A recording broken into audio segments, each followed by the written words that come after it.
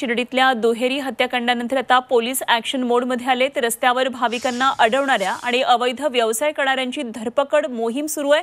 सकाळपासून 100हून अधिक जणांना ताब्यात घेतले। अवैध प्रवासी वाहतूक, विना नंबर प्लेट वाहनं, फेरीवाले, पथविक्रेते, कमिशन एजंट, त्याचबरोबर संशयित फिरणाऱ्या महिला आणि पुरुषांची धरपकड करण्याची मोहीम शिर्डी पोलिसांनी सुरू केलेली आहे। अहिल्यानगर जिल्ह्यातल्या 100हून अधिक पोलीस मैदानामध्ये उतरलेत आणि ही धडक कारवाई सुरू झालेली आहे। दुहेरी हत्याकांड झालेलं होतं, त्यामुळे शिर्डी नव्हे तर संपूर्ण राज्य हादरलेलं होतं। अशा प्रकारे ज्या ठिकाणी अत्यंत सुप्रसिद्ध असं मंदिर आहे, अगदी देश परदेशातून भाविक येतात आणि अशा ठिकाणी ही घटना घडणं आणि त्यामुळे एक प्रकारची नामुष्की आलेली होती। मात्र आता पोलीस ॲक्शन मोडवर आलेले आहेत आणि ठिकठिकाणी अशा प्रकारे ही धरपकड मोहीम सुरू आहे।